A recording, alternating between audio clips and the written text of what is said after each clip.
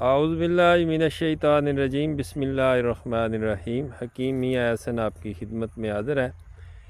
یہ ایک پودا ہے کنگھی بوٹی کا، اور طبی طور پہ اس کے کافی فوائد ہیں۔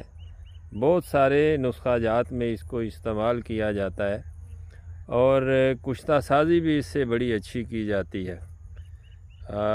اس میں سنگ یہود بنتا ہے بہت اچھا، اور پیشاب آبر وہ ہوتا ہے، بند پیشاب کو جاری کرتا ہے، گردے مثانے کی پتھری کو خارج کرتا ہے۔ باقی اس کے ہر ایک جو جزو ہے، اس کے پتے، اس کا پھول، اس کا جڑ، اس کا تنا، دوائیوں کے طور پہ عام طور پہ ہم استعمال کرتے ہیں۔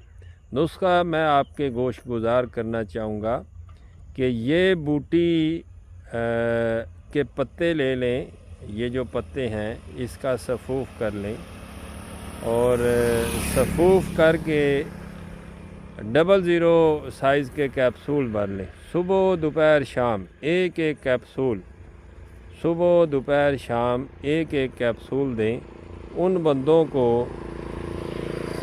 جو بندے کہتے ہیں کہ دودھ پیتے ہیں اور ہضم نہیں ہوتا، تو ایک ہفتہ وہ یہ کیپسول استعمال کریں صبح دوپہر شام۔